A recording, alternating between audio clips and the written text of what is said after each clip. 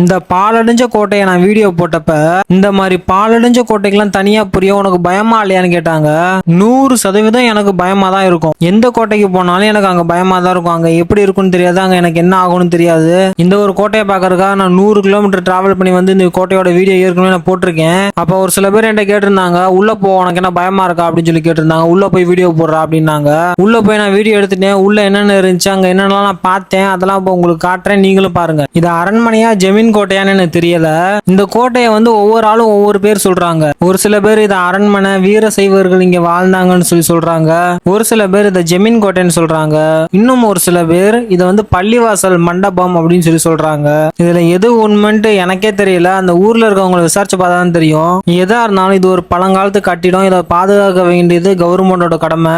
நம்ம ஊரோட பொக்கிஷம். இந்த கட்டடத்தை இப்படி வந்து காதல் கிறுக்கணுங்க கிறுக்கி வச்சுட்டு போயிருக்கானுங்க எல்லா இடத்துலயும். இந்த கட்டடத்துல வெள்ளை களிமண் ஏதோ ஒரு மண் வந்து யூஸ் பண்ணி கட்டியிருப்பாங்க பழங்காலத்துல. அந்த களிமண் யூஸ் பண்ணி கட்டியிருக்காங்க பாருங்க. அப்ப எவ்வளவு பழமையான கட்டடமா இருக்கும் அந்த கட்டடம். எனக்கு என்னமோ இங்க வந்ததுல இருந்து எனக்கு எதுவுமே சரியில்லை. என்னவோ மாதிரி இருக்கு. ஒரு நெகட்டிவ் எனர்ஜியாவே தான் இருக்கு இந்த இடம் ஃபுல்லா.